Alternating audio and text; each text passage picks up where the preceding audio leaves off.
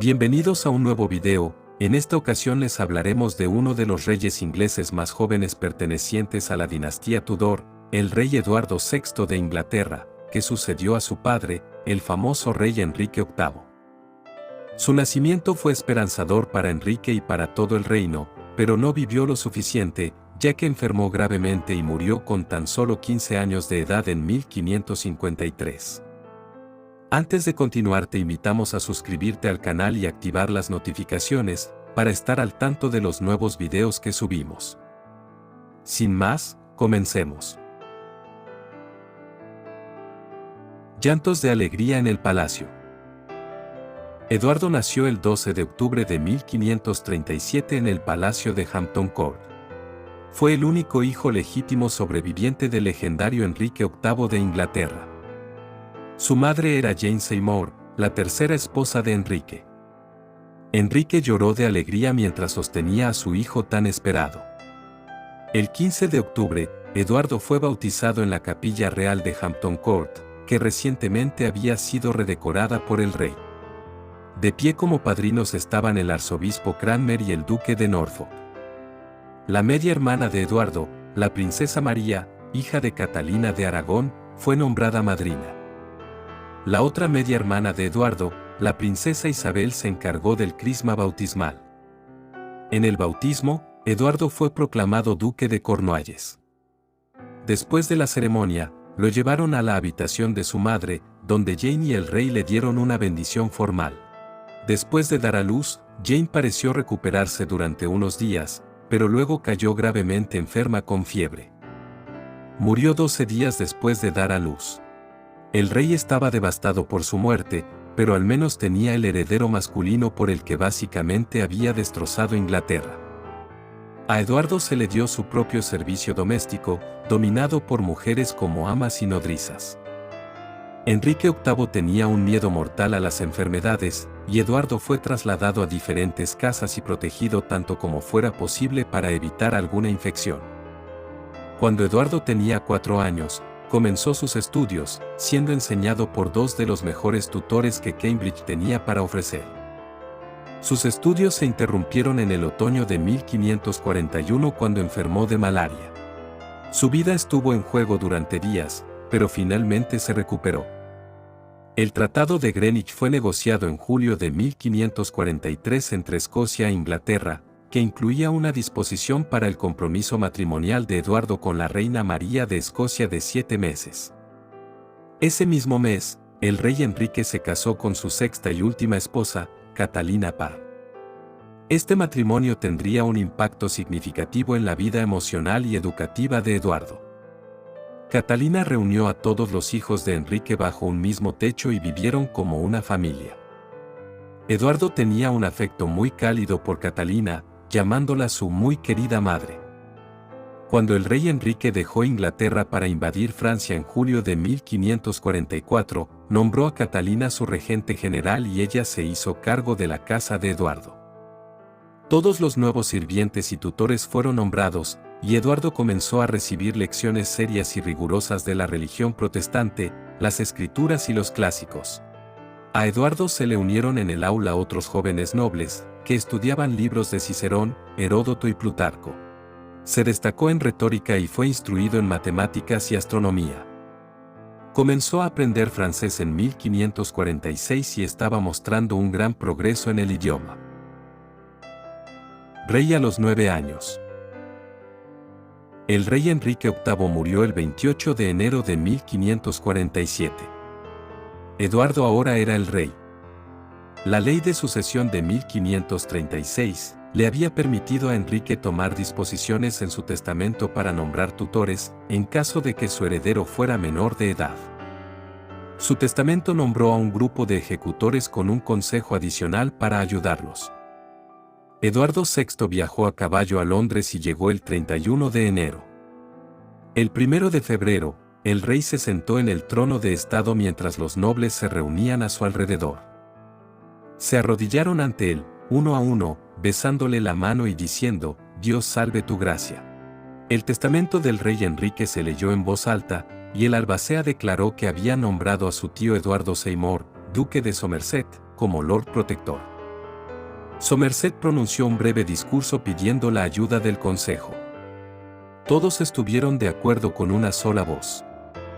Todos gritaron, «Dios salve al rey», y Eduardo se quitó la gorra en reconocimiento. Un niño coronado en Westminster. Después del funeral y entierro del rey Enrique VIII, comenzaron los planes para la coronación de Eduardo. En la tarde del 19 de febrero, Eduardo dejó la Torre de Londres para dirigirse al Palacio de Westminster. Montaba a caballo y era seguido y rodeado por muchos miembros de su familia y notables. Eduardo avanzó a lo largo de calles llenas de comerciantes y personas con casas cubiertas con tapices, pancartas y serpentinas.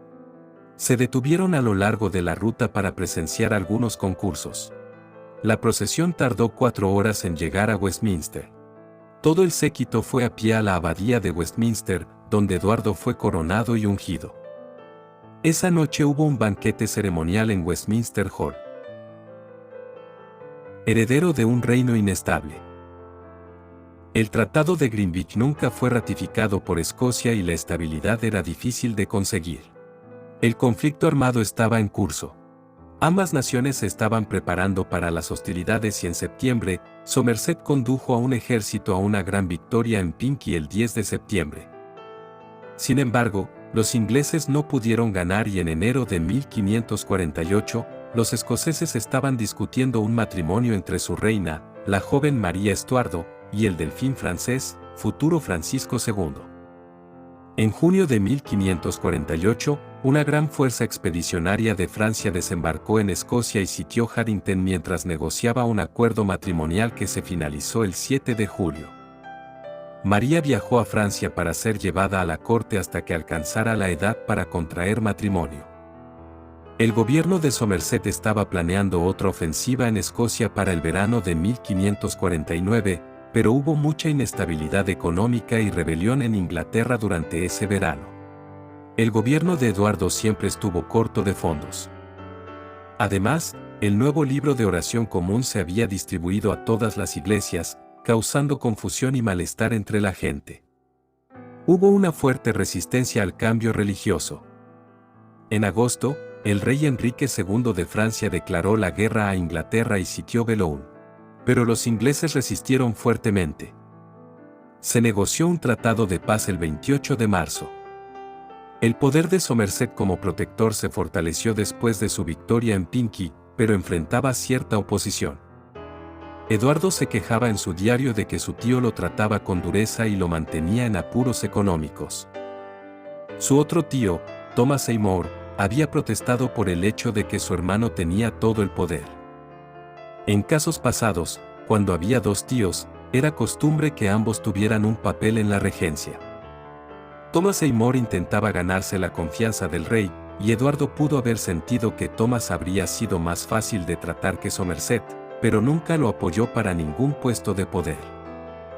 Cuando la esposa de Thomas, la ex reina Catalina Parr, murió en septiembre de 1548 después de dar a luz a una hija, Thomas comenzó a conspirar para casarse con la hermana del rey, Isabel.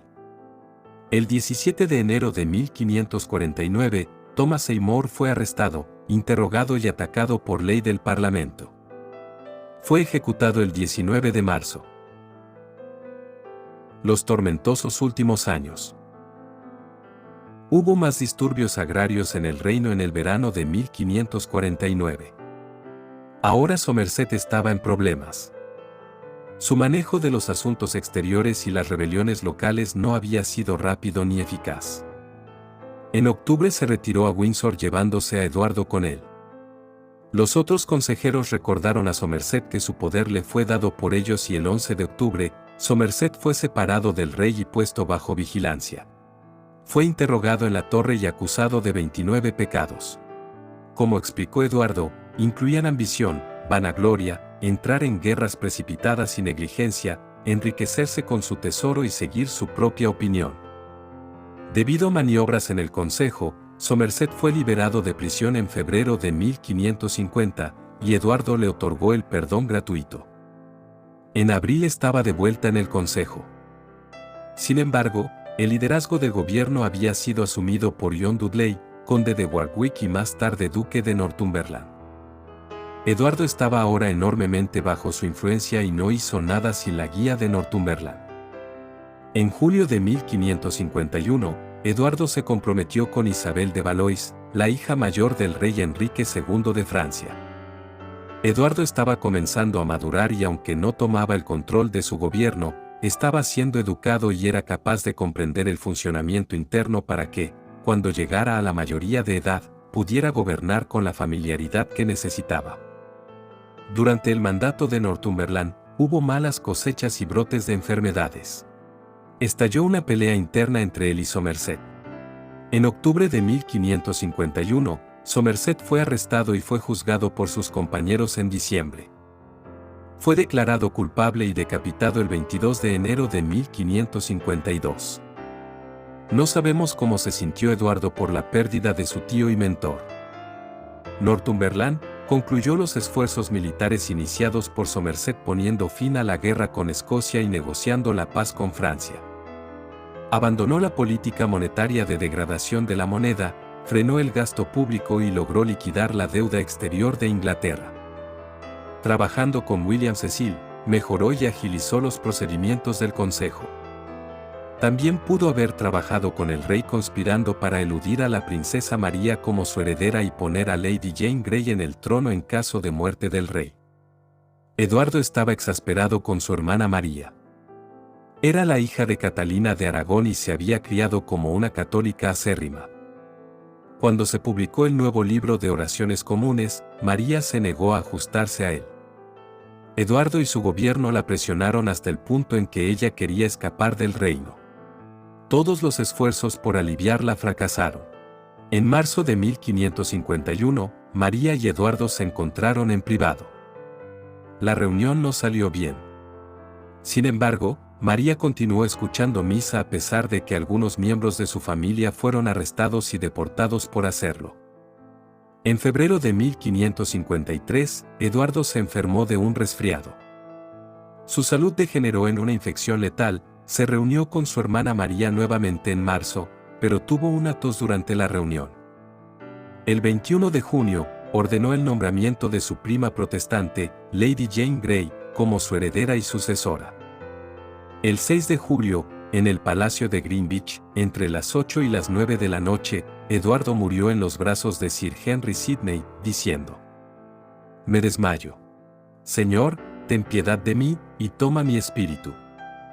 Sidney dijo que el rey entregó su espíritu con gran dulzura. Toda su promesa murió con él.